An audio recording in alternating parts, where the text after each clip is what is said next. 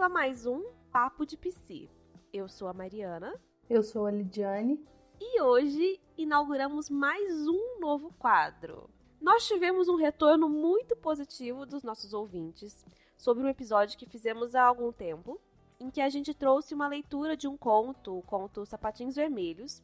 Quem não escutou ainda é o episódio 9, e nele a gente fala sobre autossabotagem, então escuta aí que tá muito gostoso de ouvir.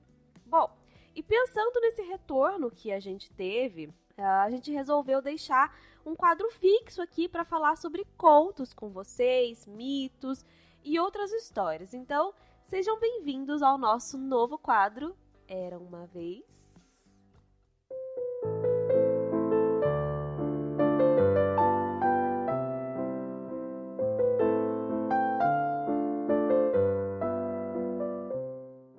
Bom, você que está escutando a gente aí em casa, gostava de ouvir histórias quando você era criança? Lid, conta pra gente, você gostava de ouvir histórias quando você era criança? E se eu disser que não? Diga então e conte isso pra gente.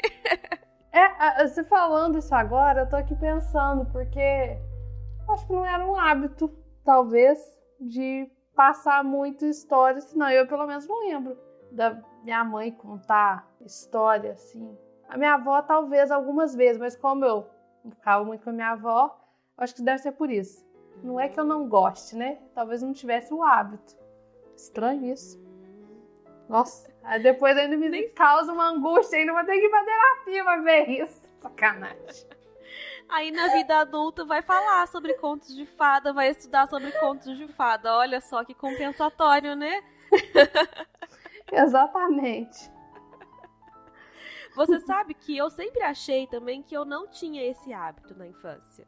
Que não tinha aquele momento de leitura, né? Dos pais pararem, lerem. E eu sempre achei que não. Mas eu comecei a estudar um pouco mais os contos. E, inclusive com as nossas conversas aqui, eu comecei a ver que sim, que tinha esses momentos na minha infância. Tem algumas histórias que me marcaram mais. Outras foram contadas, não foram nem lidas, né? Mas foram contadas pelas pessoas. Aqui no sul de Minas mesmo, onde eu moro, tem muita lenda urbana, essas histórias que o povo conta e repassa. Então eu sempre fui muito curiosa com as histórias. Mas o interessante é que pra Alice eu sempre contei muita história. Inclusive, às vezes eu inventava a história e depois ela queria que eu repetisse, eu não lembrava mais a história que eu tinha inventado. Aí eu começava a contar, ela falava, não é assim, mamãe, não é assim, é assim. Aí ela contava como eu tinha contado, mas eu já não lembrava mais. Tá vendo que gostoso? Então, de alguma maneira, a história, esses contos, eles fazem parte da nossa vida de modo natural.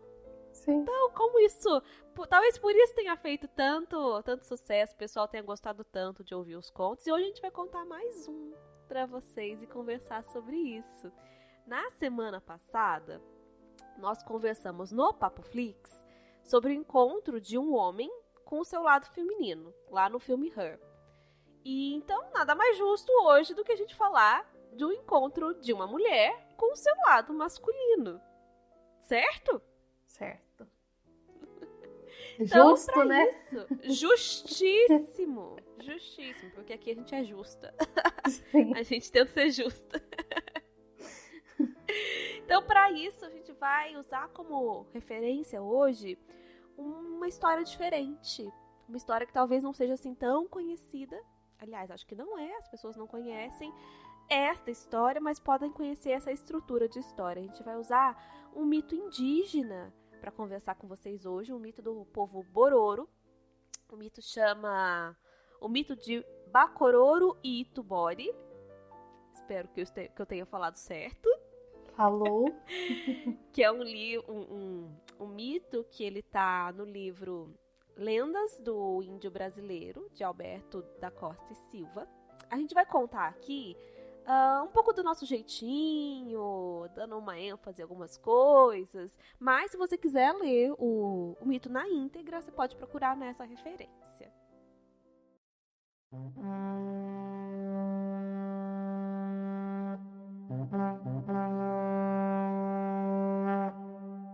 Era vez um índio muito forte que vivia em uma floresta do Brasil.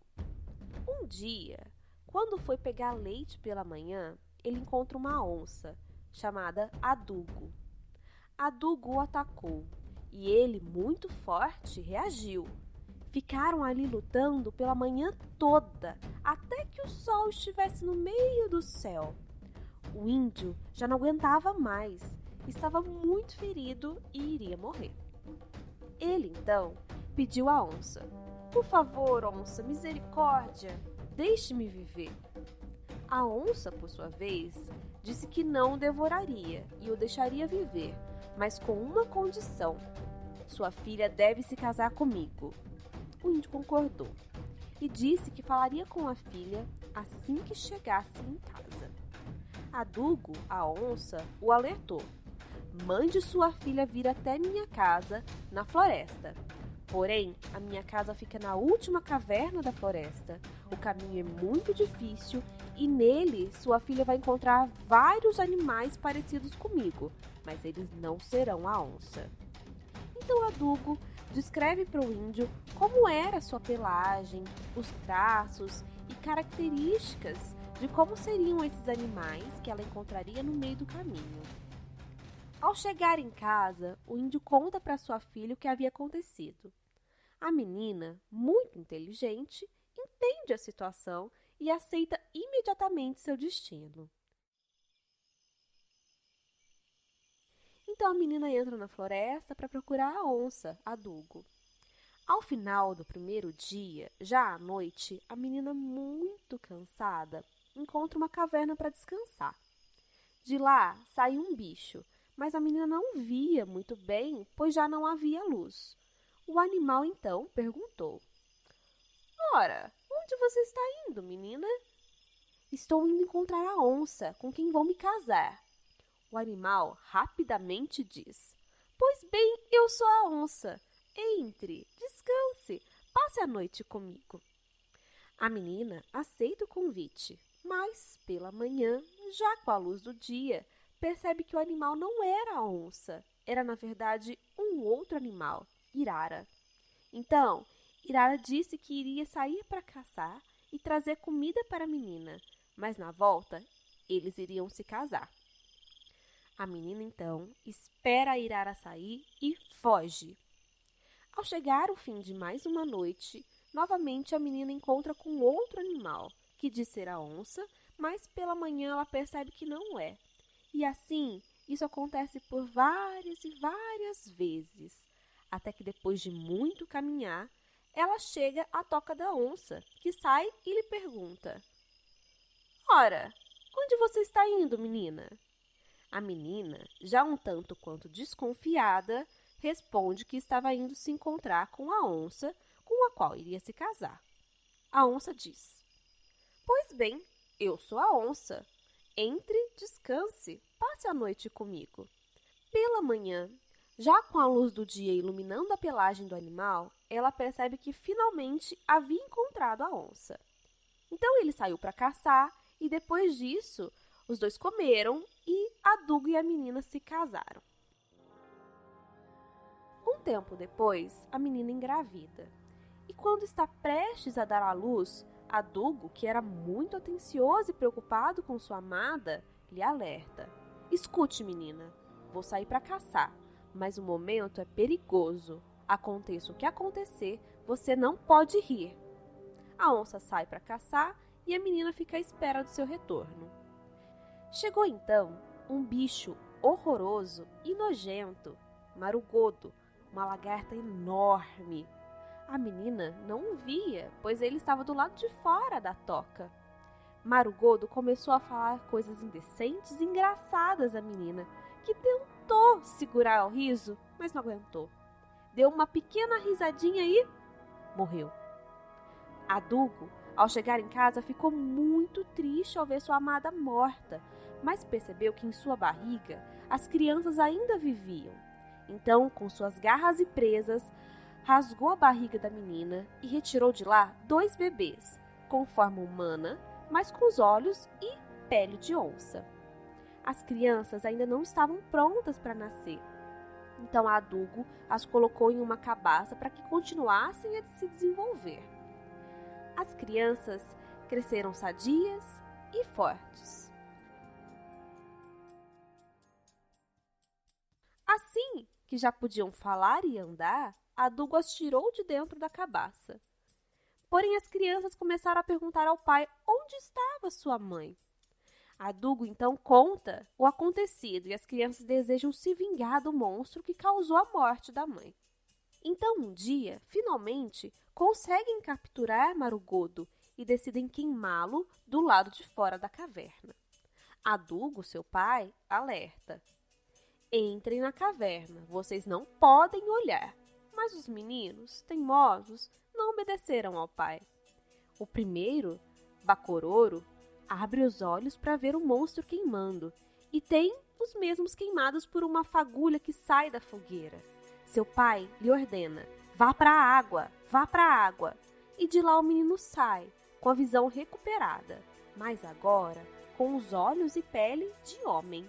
O outro menino também quis olhar, apesar dos alertas do pai. E o mesmo acontece com ele. Seus olhos são queimados, ele entra na água e sai de lá com os olhos e pele de humano. Assim, eles se recuperam e passaram a viver felizes na floresta.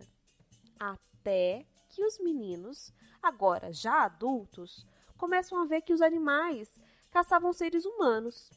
Então, com a ajuda de seu pai, Adugo, criaram armadilhas para caçar os animais e armas para se defenderem deles, para então os ensinarem que não deveriam comer gente.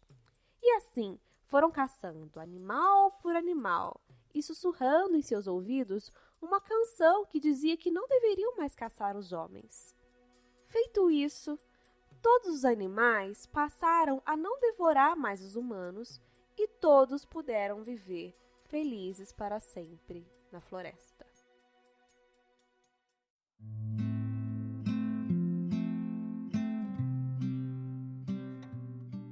Que conto, hein?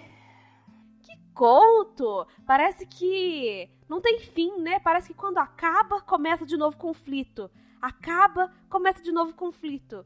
Poxa, difícil, né? Mas será que a nossa vida também não é assim? A gente parece que tá no momento, tem um conflito, resolve, aí parece que vai ficar tudo estático, tudo estável, surge outro conflito. Esse mito, ele continua a história, né? A história começa lá com os avós, então, dos meninos, o avô, né? Os avós não, o avô do menino, que entrega a filha para casar com a onça, para que o pai seja redimido de determinada situação e ela aceita e vive, vai naquela busca, encontra, casa e aí vai contra uma regra que é passada para ela, acontece um final trágico para ela e aí surgem os meninos. Então, e é exatamente isso, né?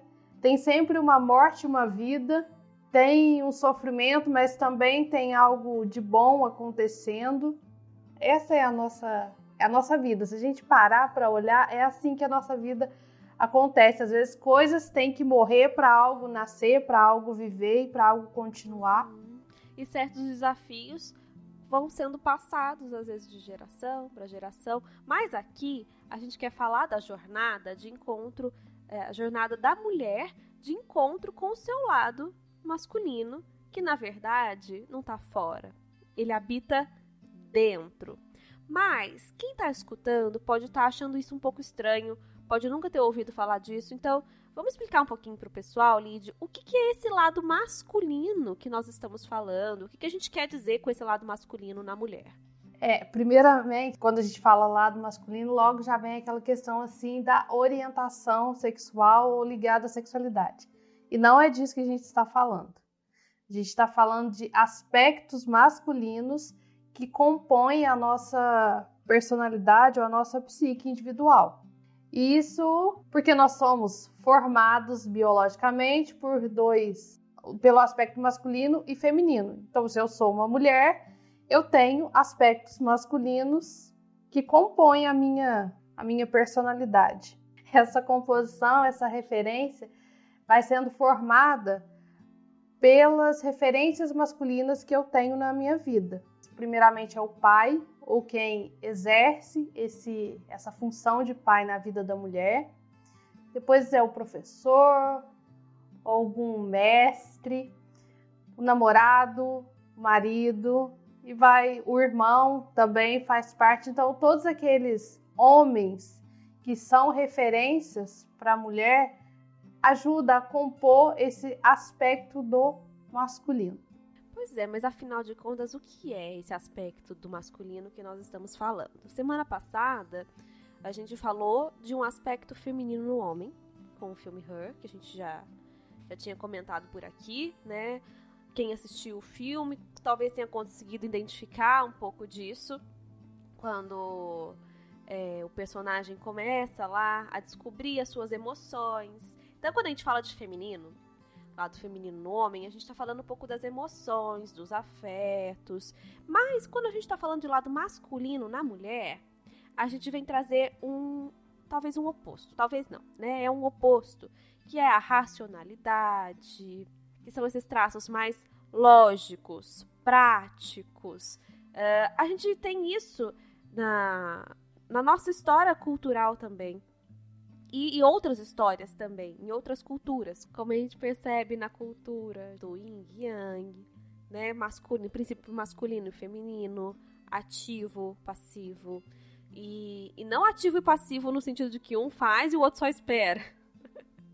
Mas mais do que isso, né? Um princípio de atividade e outro de recepção.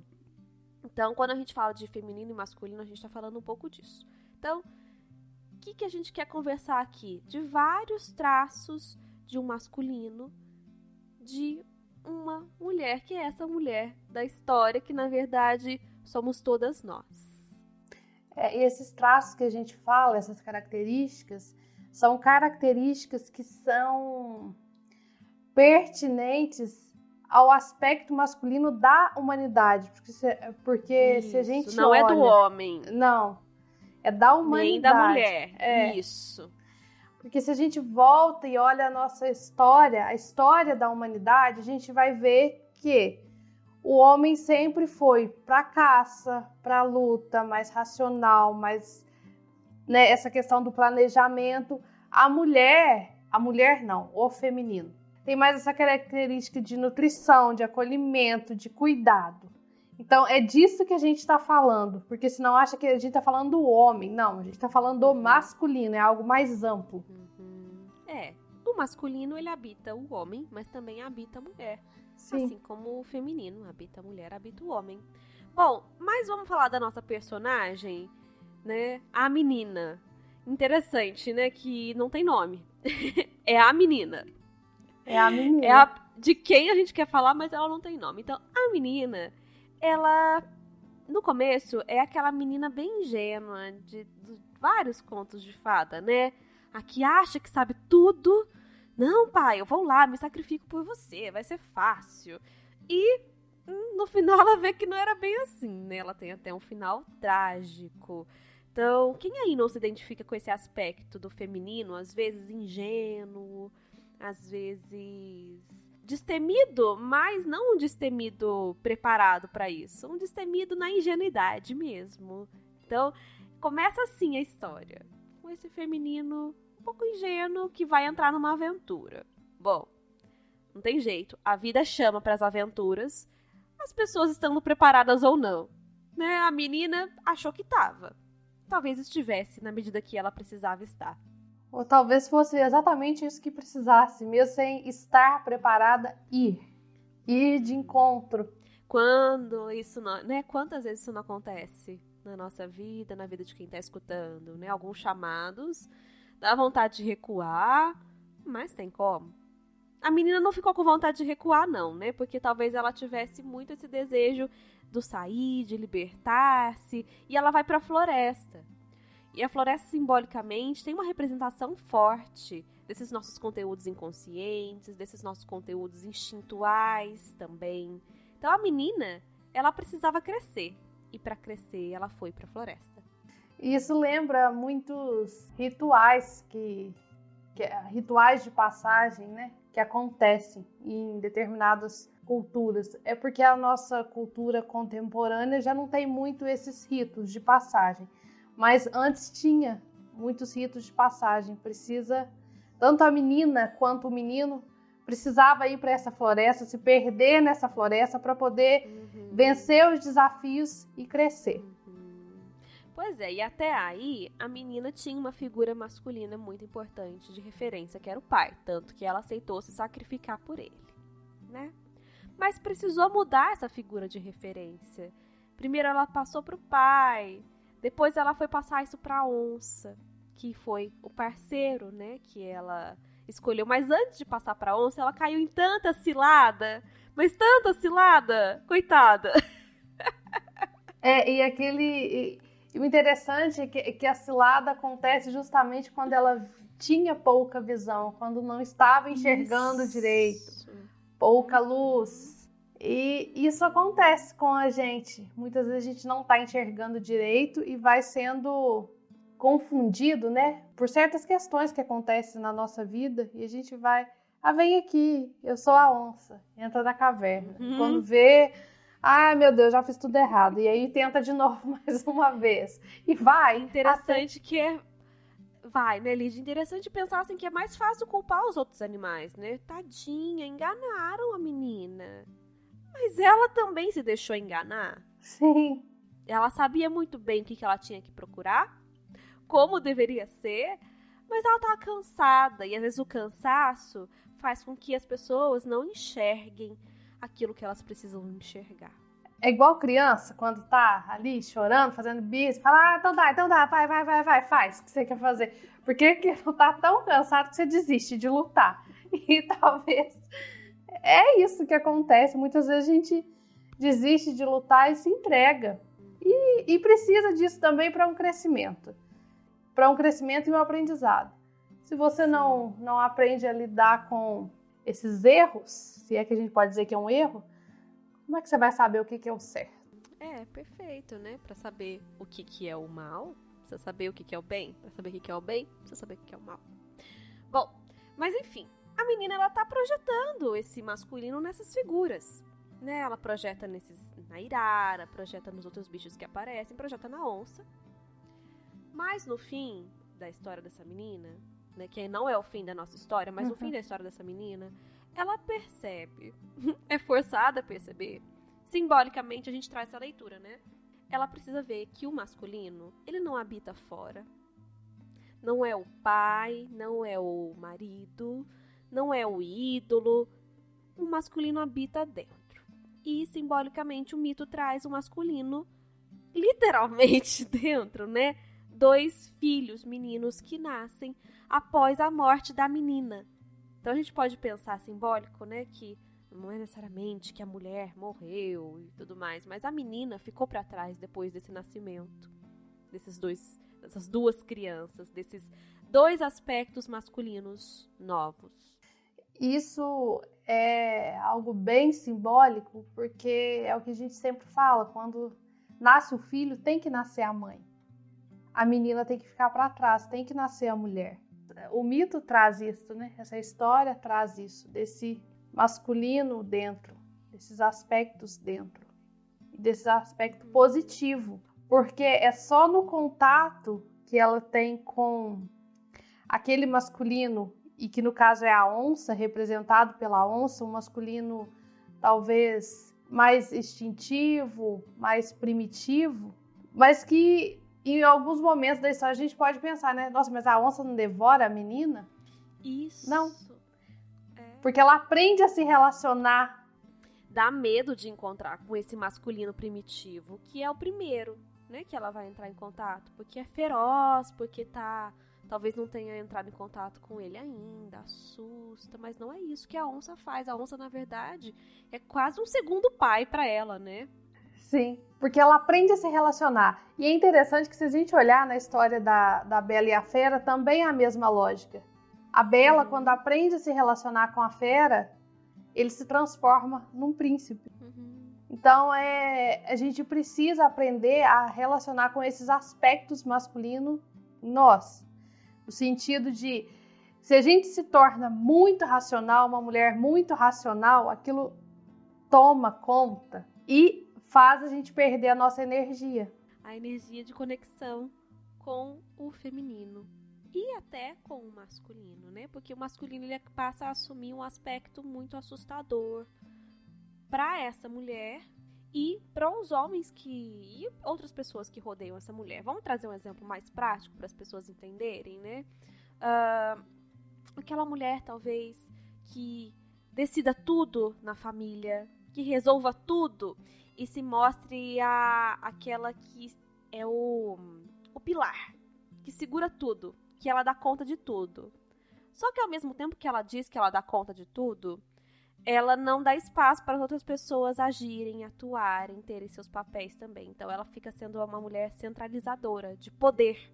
Sim. E ela também se isola no meio disso. Porque ela não dá conta de tudo, não. Ninguém dá conta de tudo. Só que ela fica isolada nessa ilha aí de poder ilusório que se cria.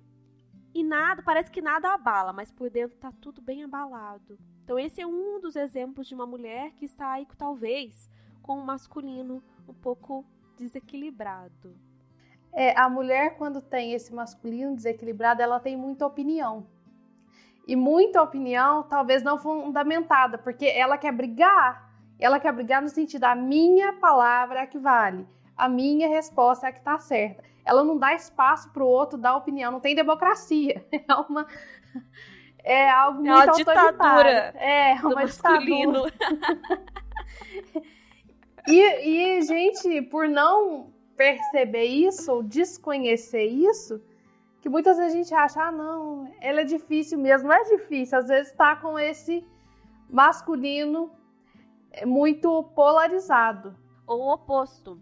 Quando o masculino ele tá muito em déficit, o desenvolvimento desse masculino tá em baixa nessa mulher. Então é aquela mulher que talvez aceite sempre tudo que o outro fala para ela, acate sempre as decisões que são impostas, aceite tudo, não questione, só vá fazendo o que mandam ela fazer.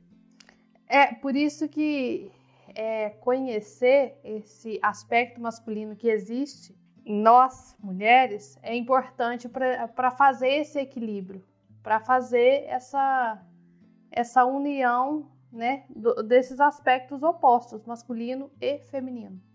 Essa integração, né? Os dois precisam caminhar juntos. Não é fácil, mas é importante ter esse olhar. Se a gente fosse pensar na menina da história, como será, né, que estaria esse masculino dela?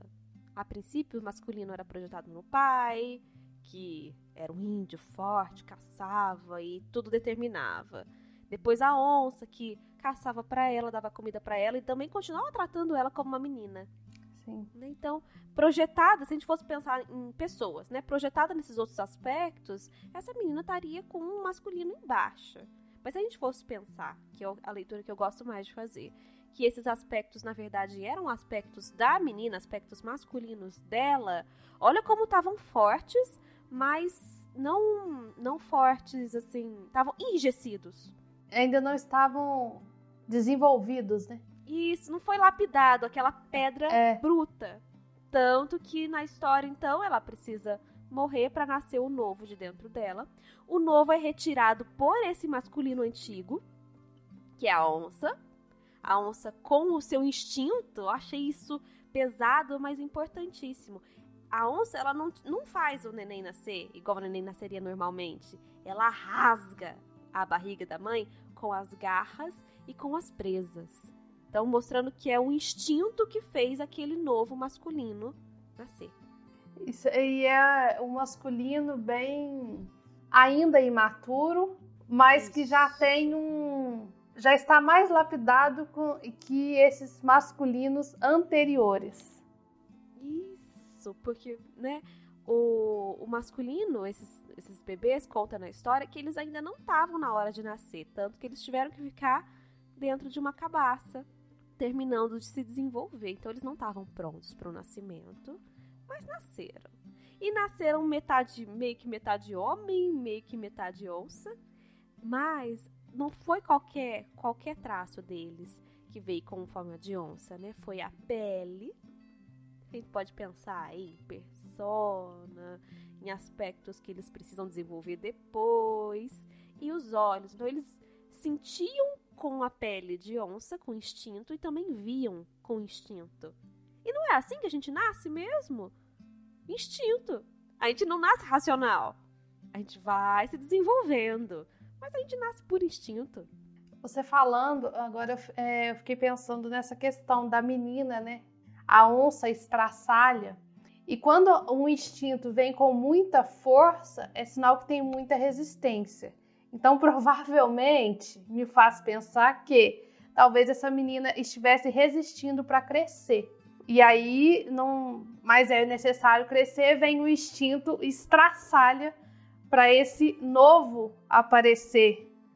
E esse novo que ainda não estava pronto, mas que precisava nascer, precisava sair. Vir. Sim. E não era um novo só, né? Eram duas formas de novo. Sim. Interessante, porque, olha, ela não tinha duas representações masculinas antigas, né? O pai e a onça, que eram muito parecidas, né? Um cuidava, o outro também, mas um era o que gerou e o outro o que era o parceiro, né? Mas ela perdeu esses dois e aí surgem mais dois novos aspectos masculinos dessa mulher.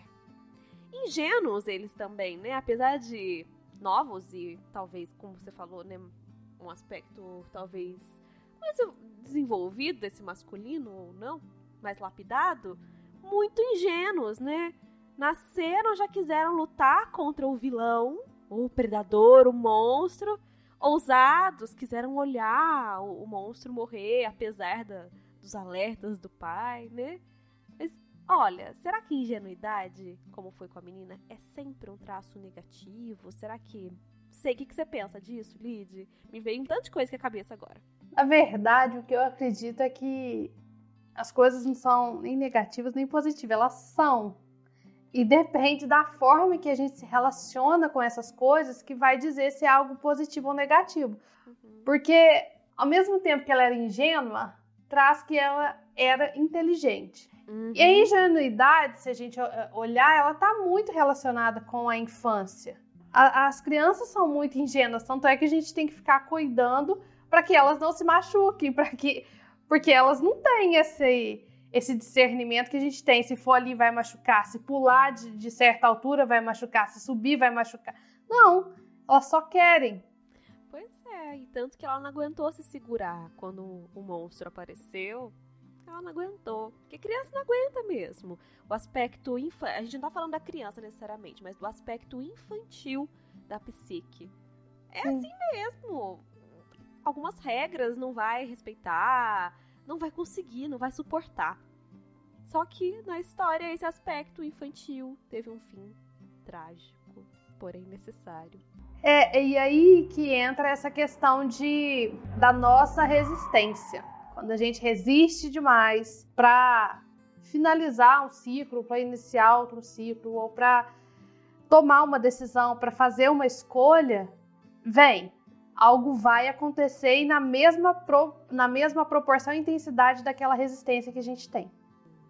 Parece profecia, né? Um negócio... Mas é verdade, assim que as coisas acontecem. E se não acontecem na realidade, na vida, vai surgir nos sonhos, na vida onírica. Muito sonho pesado, muito sonho trágico, que vai de um jeito ou de outro, você vai precisar olhar pra isso aí que tá evitando olhar. Sim. Ou se relacionar, né? A menina não olhou, ela se relacionou. Bom, mas aí surgiram aí os dois menininhos que depois se tornaram adolescentes e depois homens. Mas vamos falar da parte que eles não podem ver o monstro morrer. Quando você estava lendo o mito, essa questão do não olhar é interessante porque o não olhar a gente acha, nossa, não era para olhar. Mas a questão é que é para olhar. Porque o olhar é entender, é compreender, é tomar consciência daquilo. Isso a gente vê também em várias histórias, né? De que não pode olhar, não pode conhecer, não pode ver. Mas, se tá lá, é pra ver. A gente pensa aí na história que baseou o desenvolvimento da nossa sociedade aqui ocidental, que é Adão e Eva. Sim. A história de Adão e Eva, eles não poderiam provar do fruto do conhecimento do bem e do mal. A partir do momento que eles provam desse fruto do conhecimento, pronto, eles percebem onde eles estão. Cai toda a ilusão. E talvez seja isso que aconteceu com os meninos. Eles olharam, e não foi qualquer olhar, eles olharam para o fogo. O fogo, aquele elemento que queima, devasta, e mas transmuta. Ele deixa sobrar aquilo que é necessário. Então ele elimina tudo que não é necessário mais e fica aquilo que dá para ser trabalhado. Então o fogo queimou os olhos de onça, queimou o olhar só instintivo, queimou a pele de onça e a água, que é esse elemento que limpa, purifica, fez com que eles recuperassem a visão e o tato, mas agora como humanos, como homens crescidos, desenvolvidos. Muito bonito, né, esse mito?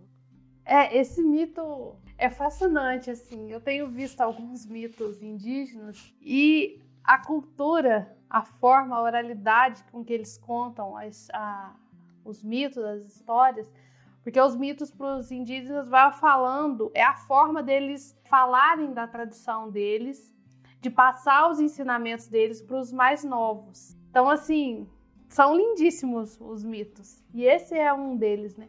E mais do que passar os ensinamentos, né? Eles refletem a cultura e refletem o inconsciente coletivo daquele lugar ali. Sim. Né? Muito bonito. E aí a gente pode pensar também nesse momento da transição dos meninos como uma necessidade que surge em determinado momento da vida de adaptação ao meio externo. Então, primeiro são os desafios internos, as lutas internas, descobrir quem é, o que gosta. Mas depois chega um determinado momento da vida que esse sujeito ele precisa se adaptar ao contexto. Precisa se encaixar ali. E aí é o momento que os meninos vão... Os meninos não, já homens, esse lado masculino, mais amadurecido da mulher, vai ali enfrentar aqueles que devoram, aqueles que caçam. Então é um momento da vida da mulher que ela vai ter os enfrentamentos da vida dela, enfrentar, já não são necessariamente os monstros mais, mas enfrentar aquela ordem natural, né? É da natureza devorar, seja humano, seja outro animal. Então é enfrentar essa natureza e se encaixar e se adaptar a ela, fazer funcionar. Complexo, né? Essa história. E perceba, os meninos... Tô insistindo em falar meninos, né? Eles já cresceram, não quero ver que eles cresceram. Os homens só conseguem fazer isso com auxílio do masculino anterior. Quem ajuda a preparar as armas, as armadilhas, é esse masculino mais antigo e talvez mais sábio. Isso faz a gente pensar na questão do passado. Não é que a gente tem que excluir o passado. A gente precisa entender o passado para viver o presente e construir o futuro. Não é ficar preso no passado lá resistindo porque eu não quero crescer. Mas é entender que, eu cresci, me desenvolvi e é algo natural, eu preciso ir para frente. Pois é, e às vezes esse período de adaptação ao meio vem numa adaptação aos membros da família dessa mulher, ou então aos colegas de trabalho. A gente vê no mito, né? A gente precisa adaptar para nossa história. No mito, está falando de animais da floresta, mas a gente precisa trazer para o nosso contexto também o que isso pode representar para a mulher e os seus aspectos masculinos. A nossa cultura é muito do racional. Ela é muito voltada para esses aspectos do masculino. E acaba que a gente é cobrada para desenvolver isso também. Só que a gente só desenvolve isso e deixa o outro lado, que é o nosso natural, de lado. Então a gente precisa, assim, desenvolver isso, mas para se reconectar com o que é nosso, com esse passado natural nosso. Para que, sim, a partir disso os dois possam caminhar, né? Talvez esse mito poderia ter aí uma parte 2, que é, se a gente fosse pensar na trajetória de desenvolvimento da mulher, né, seria a parte de reencontro com o feminino. Mas isso é assunto para um outro dia, para uma outra história e para um outro Era Uma Vez. Bom, gente, ficamos por aqui. Espero que vocês tenham gostado desse nosso novo quadro. A gente adorou fazer ele, né, Lid? Era uma vez, é algo leve, né? É algo leve, mas é complexo. É gostoso de falar, mas como a Lid comentou mais cedo, enquanto a gente estava conversando, contei pra ela, né? Falei, olha, vamos fazer mais um episódio, então, de contar historinhas para as pessoas dormirem. A Lid falou, dormirem ou acordarem, né? Porque é cada evento chocante que tem nessas histórias, então a gente espera que vocês consigam aí acordar aspectos de vocês que estejam adormecidos. Eu acho que é exatamente essa a proposta do quadro. É história para dormir, mas que te desperta. Então ficamos assim. Nos vemos então na próxima quarta com um episódio especial, já que mês que vem é mês dos psicólogos. Então nos vemos aí com um episódio surpresa para contar um pouquinho, algumas coisas para vocês que eu não vou revelar agora. Então é isso. Boa semana para todos e até a próxima quarta.